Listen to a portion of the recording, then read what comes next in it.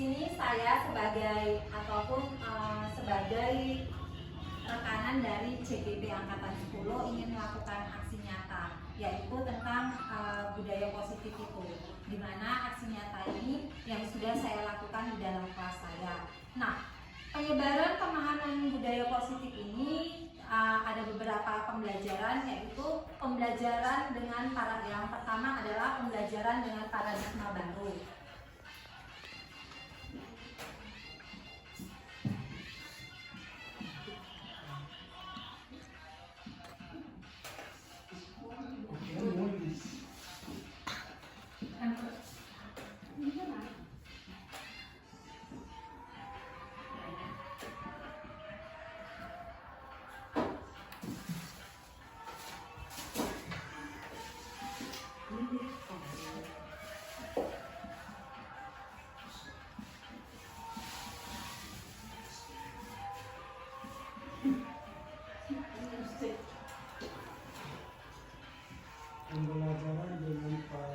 Nah, sebelumnya saya sudah menyampaikan isi dari diseminasi atau seminar saya hari ini di dalam grup, berhubung karena di sekolah kita tidak ada yang fokus, jadi saya sebarkan melalui grup WhatsApp.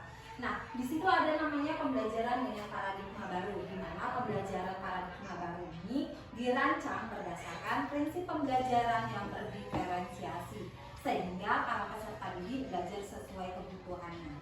Nah, menurut Bapak dan Ibu pernah nggak dengar kata berdiferensiasi itu? Kira-kira apa coba pengertian dari diferensiasi yang Bapak Ibu ketahui?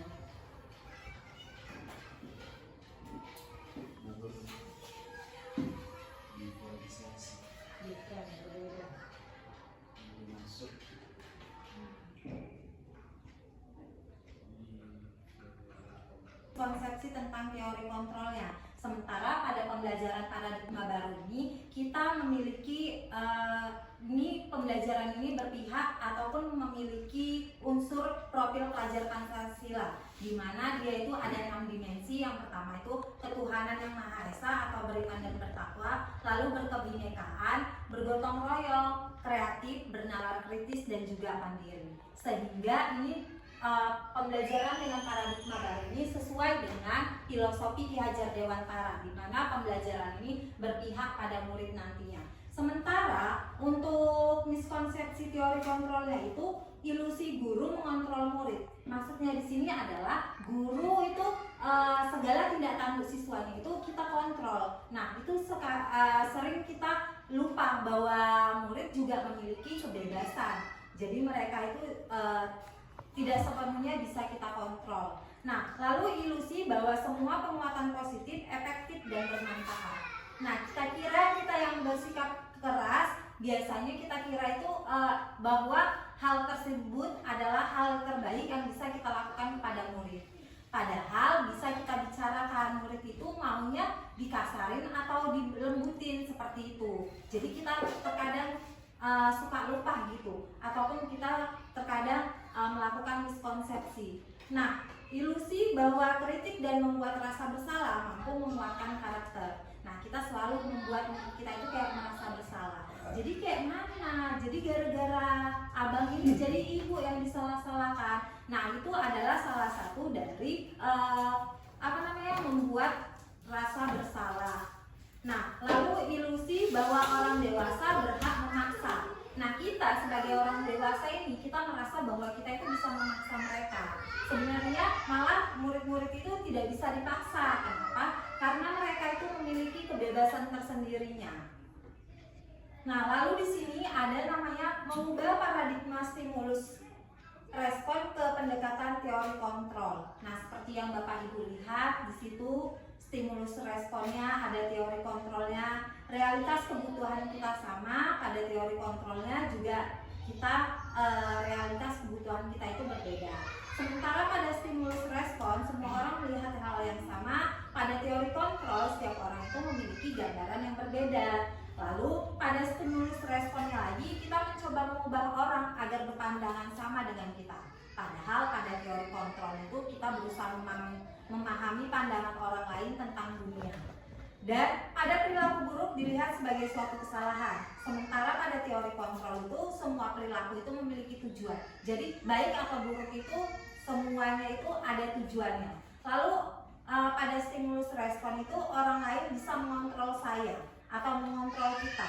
Tapi pada teori kontrol hanya Anda yang bisa mengontrol diri Anda. Jadi kita nggak bisa ini nyuruh orang memukul kalau nggak diri kita yang mengontrol. Kan nggak mungkin tangan kita digerakkan orang. Pasti kan kita memiliki kontrol yang lebih besar daripada orang lain terhadap kita.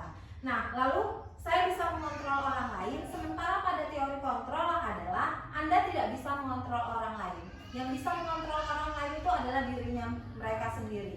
Lalu pemaksaan ada pada saat bujukan gagal, sementara pada teori kontrol itu kolaborasi dan konsensus menciptakan pilihan-pilihan baru, dan model berpikir menang atau kalah, sementara pada teori kontrol itu model berpikir menang ya menang, seperti itu.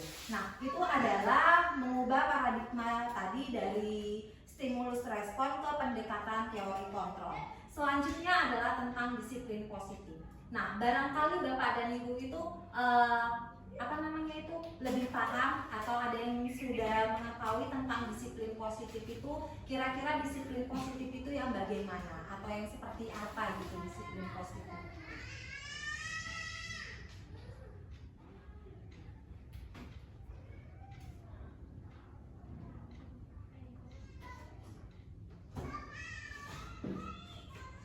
Disiplin positif adalah suatu cara penerapan disiplin yang mengajarkan anak bertanggung jawab dan menumbuhkan kesadaran diri berdasarkan nilai-nilai kebajikan. Iya, benar sekali Bu Nur Hakimah. Disiplin positif itu suatu cara penerapan. Jadi bagaimana penerapan disiplin yang mengajarkan anak untuk lebih bertanggung jawab lagi berdasarkan nilai-nilai kebajikannya. Nah, disiplin positif ini lebih ke arah disiplin diri yang dapat mengontrol diri dalam melakukan segala tindakan. Tujuannya disiplin positif ini apa? Nah, kira-kira menurut Bapak dan Ibu tujuan dari disiplin positif ini bagaimana? Atau seperti apa tujuan dari disiplin positif ini? Atau mengapa disiplin positif ini perlu untuk anak-anak ataupun siswa kita? Untuk menumbuhkan ketaatan atas inisiatif diri sendiri yang bersifat jangka panjang. Oke, benar sekali Bu Rina. Kalau tujuannya itu membuat murid memahami dan menyadari tentang motivasi internal bukan akibat dari paksaan, seperti itu ya Ibu. Nah, itulah tentang disiplin positif yang kita lakukan. Jadi disiplin itu tidak membuat mereka berdasarkan pemaksaan, tapi memang mereka itu demokratis yang melakukannya sendiri dengan kesadaran sendiri. Nah, di disiplin positif tadi ada namanya nilai-nilai kebajikan. Nilai-nilai kebajikan itu disepakati bersama. Nilai-nilai kebajikan itu disepakati bersama terlepas dari sukunya, bangsa, agama, bahasa maupun warna kulit ataupun latar belakangnya. Jadi contoh kebijakan biasanya di organisasi ini yaitu pada profil pelajar Pancasila itu ada namanya beriman dan bertakwa pada Tuhan Yang Maha Esa, berakhlak mulia, berkebinekaan global, gotong royong, mandiri dan bernalar kritis. Sementara untuk dia program pada organisasi, dianya itu nilai kebijakannya itu ada pada toleransi, rasa hormat, integritas, mandiri, empati, keingintahuan kita. Nah, itu termasuk dalam nilai-nilai kebajikan. Nah, untuk pilar karakternya itu biasanya kita lebih kepada cinta kepada Tuhan, lalu itu mengandung nilai-nilai kebajikan itu tentang kejujuran, lalu tentang gotong royong, terus itu rasa percaya diri kita. Nah, itu namanya pada nilai-nilai kebajikan. Selanjutnya itu kebutuhan dasar dari manusia. Nah, ternyata manusia itu memiliki beberapa kebutuhan dasar.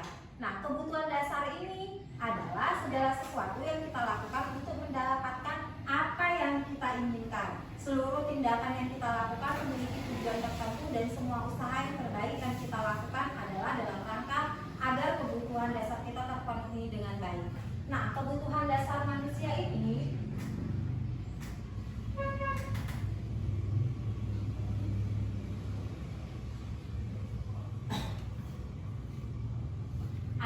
Nah, yang pertama adalah bertahan hidup.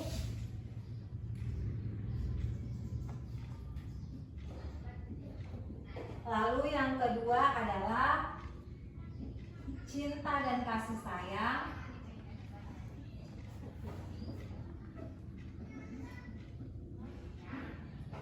Yang ketiga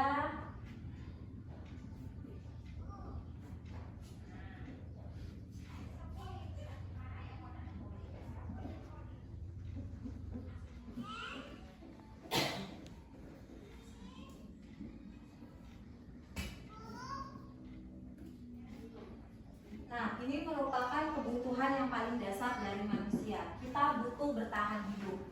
Namanya ini fisiologis biasanya. Sandang, pangan, makanan, atau apapun itu namanya kita butuh untuk bertahan hidup. Itu kebutuhan dasar kita. Nah, kalau kita sudah bertahan hidup, kebutuhan dasar kita itu yang bertahan hidup menghilang. Kita butuh yang namanya cinta dan kasih sayang. Kita kan udah bisa bertahan hidup, berarti kita selanjutnya itu butuh cinta dan kasih sayang. Nah, ketika kita sudah mencapai pada kebutuhan dasar dari cinta dan kasih sayang, kita masuk kepada kebebasan, di mana kita ingin bebas melakukan segala sesuatunya. Lalu masuk kepada penguasaan dan terakhir adalah kesenangan. Kita ingin bersenang-senang, itulah namanya daripada kebutuhan dasar manusia. Nah, selanjutnya teori motivasi perilaku manusia itu ada 3. Yang pertama, untuk menghindari ketidaknyamanan atau hukuman. Apa yang akan terjadi apabila saya tidak melakukannya? Nah, itu termasuk dia dalam motivasi eksternal, dianya itu dari luar. Nah, yang kedua, untuk mendapatkan imbalan dari orang lain atau apa yang akan saya dapatkan apabila saya melakukan sesuatu. Nah, itu motivasi perilaku manusia. Yang ketiga adalah untuk menghargai dirinya sendiri. Nah, misalkan saya akan misalkan dalam pemikiran kita itu saya akan menjadi orang seperti apa ya. Nah, kalau misalkan itu kita pikirkan, berarti itu namanya motivasi internal, motivasi yang terdapat dari dalam diri kita. Sementara yang tadi eksternal itu yang kita ingin mendapatkan penghargaan, apa ya impactnya sama saya seperti itu namanya motivasi eksternal. Nah, di sini guru juga memiliki 5 posisi kontrol.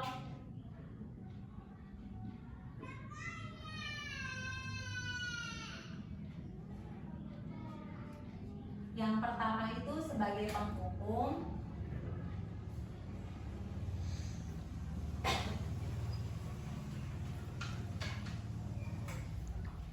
Yang kedua, membuat merasa bersalah.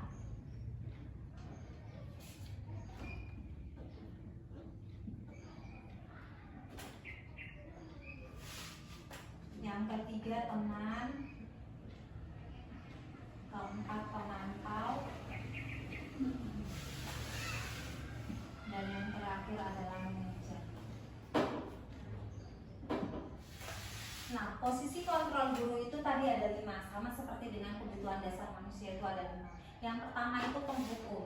Biasanya kalau penghukum itu kita lebih kayak menyuruh anak itu untuk melakukan sesuatu. Misalkan dianya melakukan kesalahan. Contohnya saja, misalkan anak murid saya ini dia melakukan kesalahan, saya bilang hormat bendera, sana pergi kamu, hormat bendera. Nah, itu termasuk posisi kontrol saya sebagai seorang penghukum. Nah, lalu misalkan kalau posisi kontrol guru sebagai pembuat merasa bersalah, nah saya menyalah-nyalahkan, tapi dengan tindakan yang positif, dengan kata-kata positif. Misalkan saya ini, berapa kali ibu atau bapak harus memberitahu kamu selalu saja mengecewakan ibu. Kenapa kamu selalu mengecewakan ibu? Kenapa kamu tidak mengerjakan PR? Kan jadinya ibu kecewa, atau misalkan dia ribut itu kan. Nah, gara-gara kalian ribut ini, jadi ibu dipanggil oleh kepala sekolah. Nah, itu namanya pembuat merasa bersalah. Jadi anak itu lebih minder, mereka rasa percaya dirinya kurang. Karena apa? Karena mereka merasa disalah-salahkan. Misalkan salah satu contohnya juga di rumah.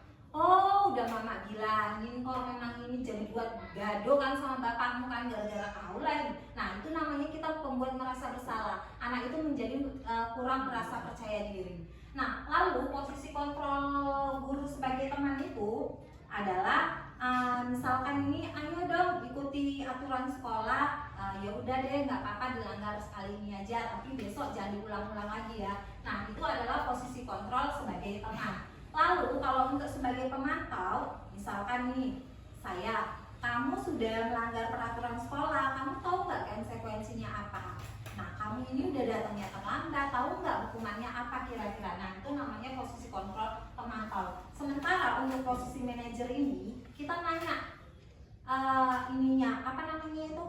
kesalahan dia itu, kita tanya, tahu nggak dia kesalahan dia itu apa? Atau kira-kira dia mau nggak memperbaiki? Kita ajak dia yang berdiskusi. Nah, itu di manajer. Misalkan dia datang pakai sepatunya tidak berwarna hitam. Kita kan standar kita di SD ini kan sepatunya warna hitam, tapi dia menggunakan sepatu warna merah. Nah, sebagai posisi kontrol seorang manajer, saya akan bertanya, loh, kenapa Abang hari ini pakai sepatunya warna merah? Mungkin dia akan memberikan alasan. Nah, alasannya itu kenapa? Karena saya terburu-buru. Loh, jadi kalau terburu-buru nggak bisa dipakai sepatu warna hitam, nggak bisa Bu, lupa saya. Nah, besok kalau kayak gini sesuai nggak sama kesepakatan kelas kita atau kesepakatan sekolah kita memakai sepatu yang berwarna merah? Tidak Ibu. Nah, misalkan dia berkata seperti itu. Nah, di situ posisi kontrol saya adalah sebagai seorang manajer. Jadi saya bertanya alasan dia kenapa melakukan hal yang biasanya tidak dia lakukan ataupun mengapa dia melakukan sebuah kesalahan. Nah, lalu di sana ada pertanyaan, misalkan saya kecewa sekali dengan kamu. Menurut Bapak dan Ibu, kalau saya kecewa sekali dengan kamu itu posisi kontrolnya itu ada di bagian mana? Dengan kata-kata saya kecewa sekali dengan kamu. Iya, berarti dianya di pembuat merasa bersalah. Hebat sekali Bapak dan Ibu sudah mulai paham. Lalu yang di pertanyaan kedua, kamu tidak pernah benar melakukannya. Nah, itu kira-kira di bagian mana posisi kontrolnya? Pemantau. Di Bisa juga. nomor 1. Aku bilang pemantau. Kamu tidak pernah benar melakukannya. Oke, dia termasuk penghukum. Nah, itu dia termasuk penghukum. Lalu pertanyaan yang ketiga adalah, ayolah lakukan demi Bapak atau Ibu. Ayolah lakukan demi Bapak atau Ibu.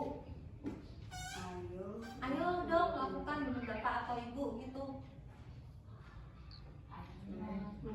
Iya, di posisi teman juga bisa, di pembuat merasa bersalah juga bisa.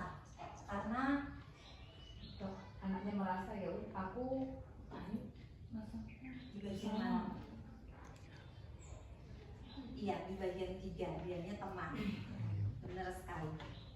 Nah, lalu setelah kita mengetahui posisi kontrol kita dari 5 ini, dan yang terbaik menurut pendapat saya, posisi kontrolnya adalah yang kelima, manajer. Jadi kita selalu tanya itu, kenapa anak itu melakukan sesuatu, kita tanya alasannya. Itulah posisi kontrol yang paling benar menurut pendapat beberapa ahli yang lebih sesuai gitu kan. Itu adalah posisi kontrol manajer. Nah, lalu adalah kita membentuk keyakinan kelas. Nah, mengapa keyakinan kelas?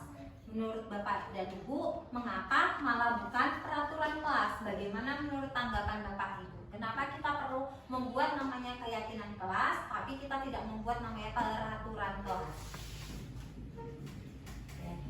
Karena pembentukan keyakinan kelas itu bersifat abstrak. Karena pembentukan keyakinan itu merupakan bentuk abstrak. Nah, iya, kata Ibu Nur Hakimah adalah karena keyakinan kelas itu bersifatnya abstrak. Ada lagi yang lain, kenapa kita butuh keyakinan daripada sebuah peraturan kelas atau peraturan di sekolah atau keyakinan sekolah? Kenapa kita lebih butuh keyakinan daripada peraturan? Kalau keyakinan itu sesuai dengan kemampuan. Karena ya, Keyakinan itu sesuai dengan kemampuan dalam kelas untuk melakukan peraturan. iya, baik sekali Ibu Erna. Nah, karena kenapa? Karena katanya keyakinan itu adalah sesuatu yang memang diyakini di dalam kelas sesuai dengan kebutuhannya. Nah, karena sesuatu itu muncul dari dalam kelas kita. Misalkan nih, anak murid saya itu sering buka sepatu. Nah, jadi saya buat namanya keyakinan kelas, keluar masuk kelas menggunakan sepatu. Kenapa? Karena agar mereka mengikuti. Karena mereka itu seringnya itu tidak pakai sepatu. Nah itu jadi menjadi dilema kelas kami. Makanya kami buat keyakinan yang mampu mereka yakinin dengan segenap hati mereka tanpa paksaan. Nah kalau misalkan di kelas lain mungkin berbeda keyakinannya. Jadi setiap kelas itu dianya tidak pernah sama keyakinan kelasnya, selalu berbeda-beda. Nah, kenapa tidak peraturan? Karena peraturan itu sifatnya itu dianya tidak berdasarkan dari kelas. Kata-katanya lebih tidak positif. Misalkan kata-katanya dilarang, tidak boleh, jangan. Nah, kata-kata seperti itu untuk saat ini itu untuk kurikulum merdeka kita yang sesuai dengan filosofi Ki Hajar Dewantara itu sudah tidak diperbolehkan lagi seperti itu. Nah, lalu pembentukan keyakinan kelas ini dilakukan dengan beberapa syarat. Yang pertama itu pembentukan keyakinan kelas itu katanya bersifat abstrak, berupa pernyataan universal, berarti pernyataan itu bersifat umum, namanya universal, lalu dibuat dengan pernyataan-pernyataan positif sesuai dengan kondisi kelas. Lalu semua warga kelas itu menyepakati atau semua warga kelas itu mampu mengikuti keyakinan yang ada di kelas. Nah, setelah dari pembentukan keyakinan kelas itu, namanya segitiga restitusi. Nah, segitiga restitusi itu ada 3. Yang pertama, menstabilkan identitas, lalu validasi tindakannya, dan yang ketiga adalah menanyakan keyakinan. Nah, misalkan dia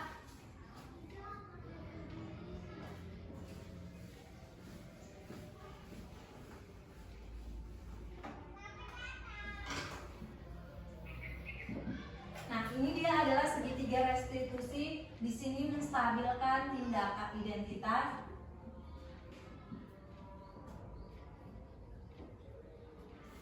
baru validasi tindakan,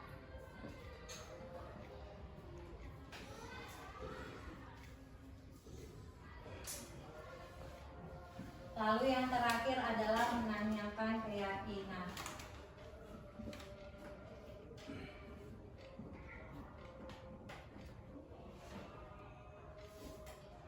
Nah, untuk nama yang menstabilkan identitas itu, nah misalkan kita anak murid kita pernah melakukan kesalahan, jadi kita selalu stabilkan dulu identitas dia dengan cara bertanya, misalkan kamu ibu dengar datangnya suka terlambat ya, nanti kan dia bilang iya ibu. Nah, kenapa kamu suka terlambat? Misalkan dia bilang habisnya bu saya itu tidurnya kemalaman terus. Nah, lalu saya tanya, iya setiap orang pasti pernah seperti itu juga, pernah tidurnya lama juga. Nah itu namanya menstabilkan identitas. Lalu kita validasi tindakannya yang salah. Misalkan kayak gini, tentu kamu punya alasan ya kenapa kamu tidurnya terlambat. Misalkan nih, iya ibu, karena mamanya pulangnya lama, atau karena dia sering nonton TV, atau barangkali dia membantu orang tuanya. Nah disitu namanya adalah validasi tindakan. Lalu yang ketiga adalah menanyakan keyakinan. Kita tanya, kamu tahu nggak kita punya keyakinan kelas? Kira-kira datang terlambat itu termasuk melanggar keyakinan kelas kita tidak? Nah nanti mereka akan jawab, iya seperti itu. Nah itu adalah menanyakan keyakinan. Berikut lampiran videonya bisa saya sertakan juga, ada di situ di video.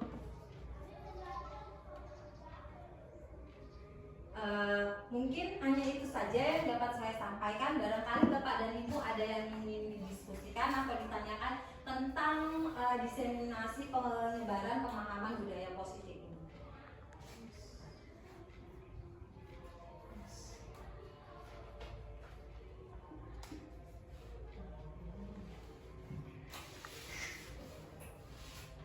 Atau kita bisa sharing tentang budaya positif yang sudah Bapak dan Ibu lakukan di dalam kelasnya.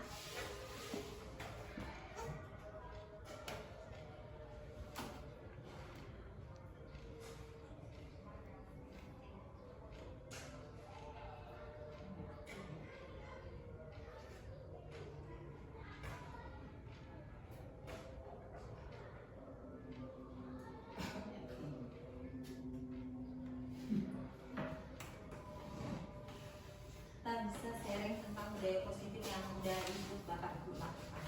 Nah begini Bu, kalau tadi harus menyatakan keyakinan, karena kalau yang namanya orang dilarang, jadi kata apa yang sesuai untuk membuat membuat satu keyakinan kelas itu?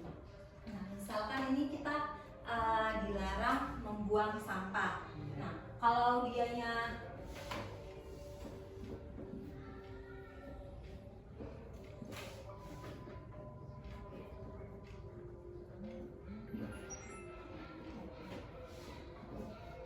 Nah, ini masih dilarang. Dilarang itu bentuk peraturan. Jadi kita rubah menjadi dia keyakinan dengan kata-kata positif. Dilarang jangan dilarang, tapi buang sampah pada tempatnya.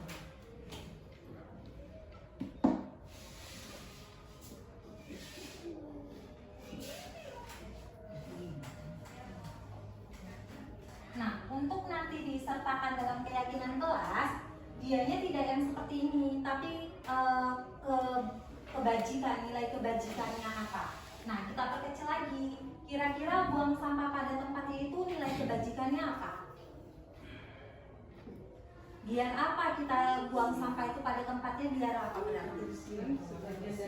Iya, berarti di sini nilai kebajikannya adalah kebersihan.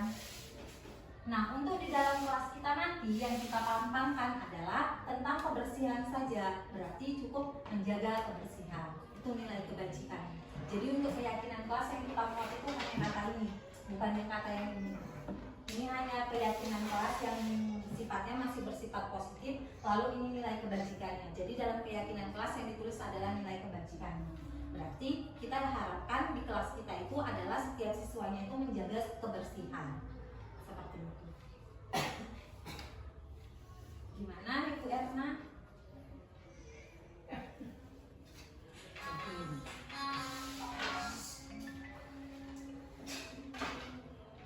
Ya, gimana Bapak Santo, ada pertanyaan?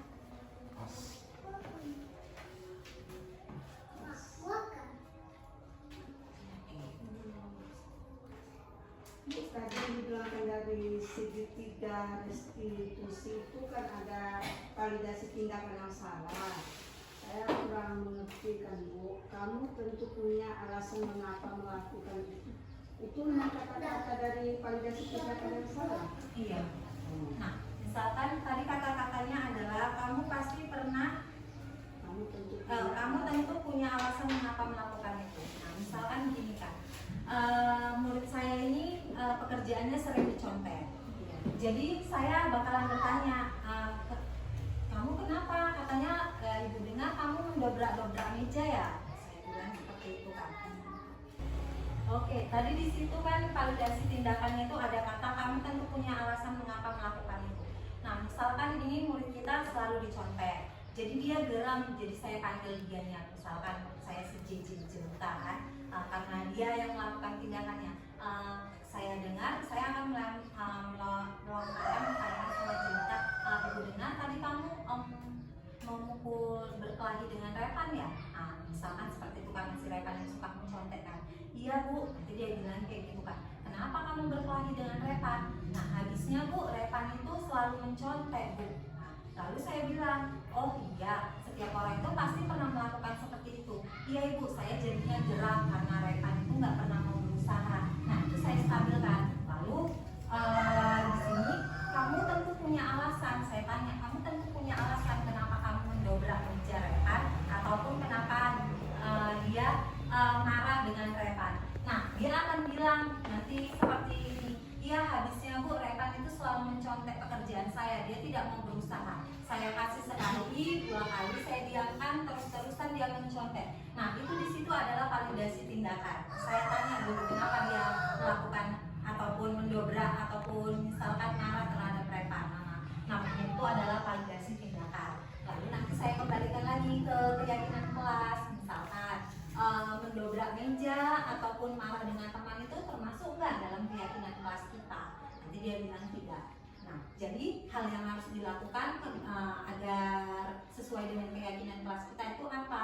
Nah, dia sendiri nanti yang bilang, ya Ibu, nanti saya akan melapor sama Ibu setiap Repan akan mencontek. Nah, itu adalah menanyakan keyakinan kelasnya. Seperti itu. Terima kasih Bu.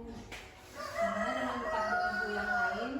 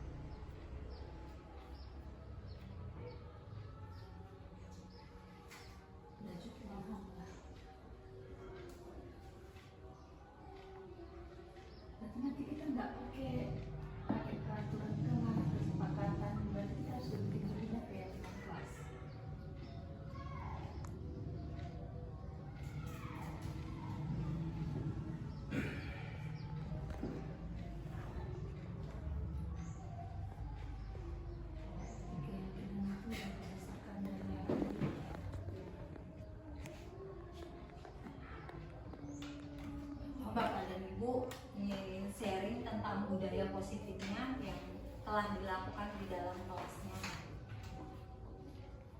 Budaya berarti kan kebiasaan baik yang telah dilakukan di kelas dari Bapak dan Ibu. Itu sama jalan baru.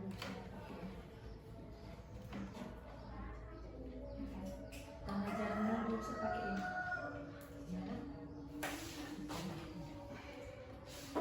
Bu, nanti kan di situ ada teori motivasi perilaku manusia ya kan Bu, untuk menghindari ketidaknyamanan lingkungan, apa yang akan terjadi apabila saya tidak melakukan itu termasuk motivasi eksternal. Itu contohnya apa itu Bu?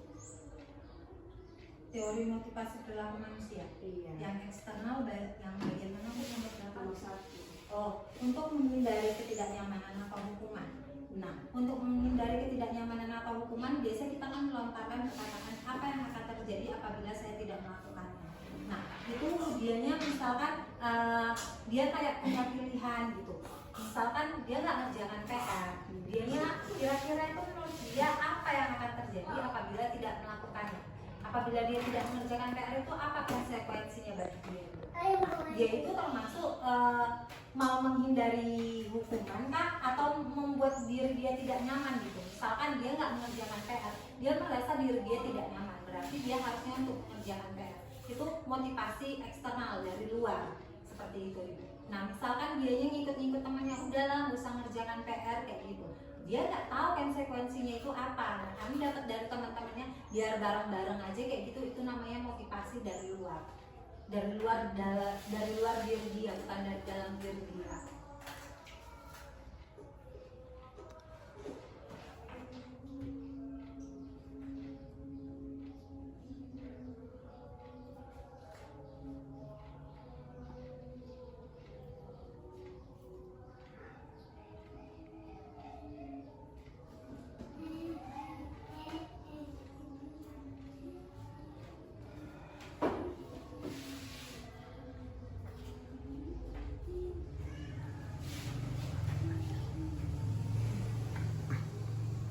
Oke, baik, untuk Bapak Arman silakan. Itu kita ini belajar tentang penyebaran pemahaman budaya positif. Yang saya tanyakan di sini oleh Ibu Pera, penerapan apa saja yang sudah Ibu Pera lakukan di kelas Ibu Pera tersendiri dalam budaya positif? Oke, baik, terima kasih Bapak Arman. Nah, penerapan yang sudah saya lakukan di dalam kelas saya tentang budaya positif itu yang pertama itu adalah tentang pembuatan keyakinan kelas, sudah saya lakukan. Lalu itu tentang segitiga restitusi itu saya masih sedang melakukan. Karena apa? Karena saya masih baru belajar juga, jadi segitiga restitusi itu sedang saya galakkan. Lalu budaya positif lainnya adalah pembelajaran yang berpihak pada murid. Jadi pembelajaran itu memang semata-mata itu ya memang untuk siswa gitu kan. Berdiferensiasi itu berarti sesuai kebutuhannya. Barangkali saya lebih sering itu menggunakan pembelajaran itu baik di lingkungan dalam kelas maupun di luar kelas. Nah, lalu 5 posisi kontrol guru ini. Nah, saya merasa kalau saya ini sudah melakukan posisi, tapi belum 5 posisi kontrol guru. Tapi saya merasa lebih sering itu kepada posisi kontrol saya pada saat ini yang sudah saya lakukan itu masih penghukum dan teman ataupun pemantau. Untuk membuat merasa bersalah saya belum, tapi untuk manajer saya sangat belum. Nah, saya berusaha untuk menjadi seorang manajer. Posisi kontrol saya adalah seorang manajer. Itu yang sedang saya usahakan. Tapi untuk saat ini saya masih di penghukum, teman dan pemantau. Itulah posisi kontrol ataupun pemahaman budaya positif yang sudah saya terapkan di kelas saya. Terima kasih Pak.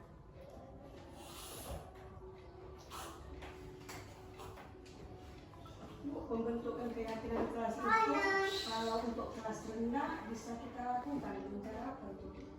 Karena kelas rendah itu kan dia belum pernah membaca, belum mengerti lah mengenai disiplin di dalam kelas. Oh, berarti untuk pembuatan keyakinan kelas. Iya.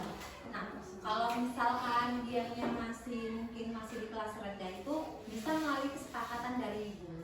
Tapi kita tanyakan dulu anak-anak, kalau misalkan kita buang sampah itu, misalkan saya campakkan ini sampahnya, itu boleh nggak? Nanti kalau misalkan kata orang itu tidak boleh ibu, kenapa? Kita tanya alasannya. Berarti kita buat ya, boleh nggak itu jadi kesepakatan? Buang sampah pada tempatnya. Oh iya ibu, berarti nanti anak-anak itu buang sampah di mana? Di tempat sampah. Berarti jangan ada lagi sampahnya di luar tong sampah ya. Nah itu bisa ibu yang mendiktekan, tapi ibu mengarahkan kepada mereka karena mereka masih di kelas rendah. Seperti itu.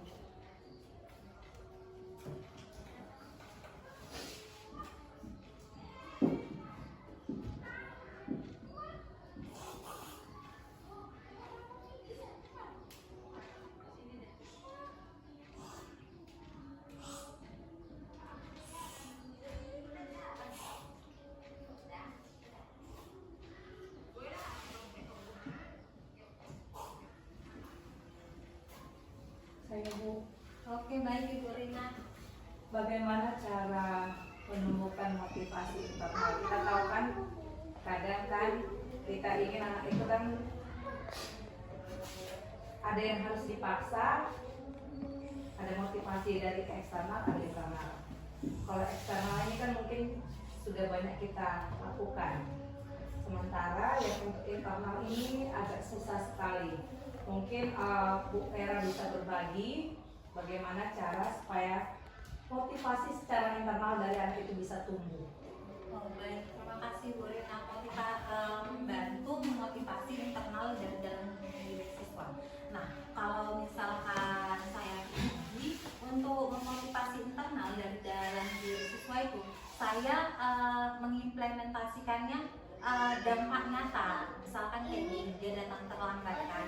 Nah, dia bilang alasannya rumahnya jauh. Saya bilang kita jauh-jauhan yuk rumahnya, rumah siapa? Ini ada siswa saya satu, Kenjo, dia selalu datang terlambat seperti itu kan. Iya Bu, saya tiap malam itu ngantuk, kata dia kayak gitu. Kayak asikkan tidur. Nah, anak-anak sekarang itu bahasanya kadang tidak dinetralisir gitu kan. Jadinya kayak enakan tidur. Kan kawan-kawan enakan tidur. Nah, saya bilang sama dia, memang enak tidur, tapi kan kita itu punya waktu seperti itu. Nah, misalkan saya ibu juga tidurnya itu malam kalau dibilang, misalkan ibu ada kerjaan jam 11, jam 2, tapi ibu bisa datang ke sekolah ini tepat waktu. Kenapa? Karena ibu memang memotivasi diri ibu untuk datang itu tepat waktu gitu kan. Biar apa? Biar kalian juga nggak tanya-tanya, Vera ini nanti kalian tanya-tanya, iya ibu aja itu datangnya terlambat terus, misalkan seperti itu. Nah, jadi abang boleh nggak melakukan tindakan yang salah? Misalkan seperti boleh nggak melakukan hal itu berulang-ulang? Nah, misalkan saya tuh kasih kesepakatan sama dia, boleh nggak misalkan itu 1 minggu itu datang terlambatnya itu 2 kali aja deh, atau 1 bulan itu 2 kali aja, itu nggak apa-apa. Tapi kalau lebih dari situ nggak bisa. Nah, lambat laun barangkali pemikiran dia itu semakin berpikir kan, apalagi dia sudah semakin dewasa kan. Jadi dianya mulai malu dengan teman-temannya juga, jadi itu memotivasi diri dia. Sebenarnya saya nggak berbicara di depan kelas sih, hanya intaran berdua saja. Cuma ya kan ketika dia datang terlambat, kami sudah masuk kan ada rasa malu dalam diri anak itu kan. Nah, lambat laun mungkin dia akan bilang ke orang tuanya kalau misalkan diantarkan itu lebih cepat seperti itu. Motivasinya seperti itu sih Bu, lebih kepada tindakan nyata aja. Bagaimana dengan Ibu Rina? Terima kasih Bu. Baik, mungkin hanya ini saja yang dapat saya sampaikan tentang diseminasi ataupun penyebaran pemahaman budaya positif. Saya berharap ini bisa menjadi motivasi untuk Bapak dan Ibu yang lain melakukan budaya-budaya positif di dalam kelasnya. Nah, saya terima kasih juga yang sebesar-besarnya atas waktu yang telah diberikan oleh Bapak dan Ibu. Saya juga meminta maaf karena barangkali ada kata ataupun tindakan saya yang salah selama melakukan penyebaran pemahaman budaya positif ini. Saya akhiri dengan wabillahi taufiq wal hidayah. Wassalamualaikum warahmatullahi wabarakatuh. Waalaikumsalam warahmatullahi wabarakatuh.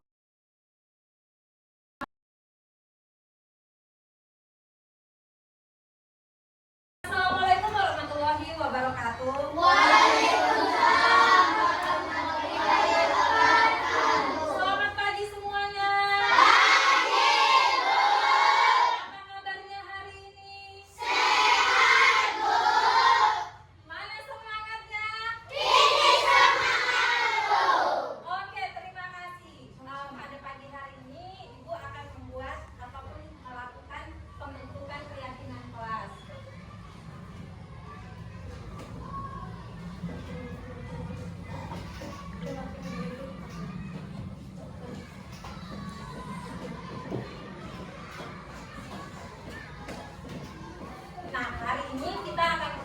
tentang pembentukan keyakinan kelas. Nah, ada yang tahu keyakinan kelas itu apa? Tidak tahu. Tidak tahu? Oke, karena kita baru masuk juga kan, jadi pembentukan ataupun pembuatan keyakinan kelas itu hampir sama dengan peraturan-peraturan atau tata tertib. Tahu tata tertib di sekolah? Tahu. Apa salah satu contoh tata tertib di sekolah? Apa? Datang tepat waktu. Selain itu, apa? Mengerjakan tugas.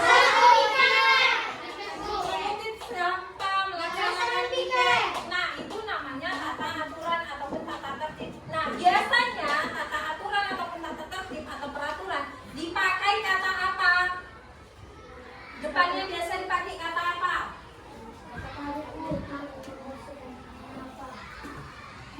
Ada selentingan yang benar ibu dengar. Apa?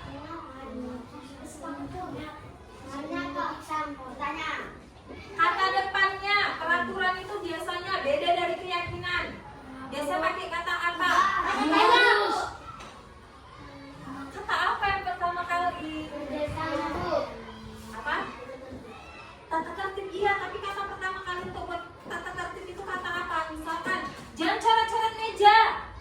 Pakai kata apa depannya? Jangan. Terus selain itu? Semua jangan ribut. Selain itu? Jangan atau dilarang. Dilarang membuang sampah sembarangan. Nah, ini namanya baru peraturan. Sementara kalau dia keyakinan kelas ataupun pembentukan keyakinan kelas, dia menggunakan kata-kata positif. Jadi tidak boleh kita menggunakan kata jangan, dilarang. Itu tidak boleh dalam pembentukan keyakinan kelas. Jadi kalau misalkan kita ganti, dia ini jadi kata apa? Misalkan ini, tadi kan kalau peraturan kan jangan coret-coret meja, jangan, gitu kan? Nah, kalau misalkan kita rubah jadi keyakinan, kira-kira kayak mana? Tidak boleh. Tidak boleh. Mencoret meja. Tidak boleh mencoret meja. Nah, kalau misalkan kata dilarang membuang sampah, Jangan buang sampah sembarangan. itu sama aja pakai kata jangan. Tidak boleh. Buang sampah di depan. Iya, pinter, hampir. Buang sampah. Ani, buanglah dia hampir sama disederhanakan. Buanglah sampah pada tempatnya. Nah, ini namanya baru keyakinan kelas. Kenapa disebut keyakinan kelas? Karena ini adalah kata-katanya positif. Tahu keyakinan? Kenapa kita nggak butuh peraturan, tapi kita butuhnya keyakinan kelas? Kenapa kita nggak buat peraturan kelas aja? Kenapa namanya keyakinan kelas? Ada yang tahu kenapa?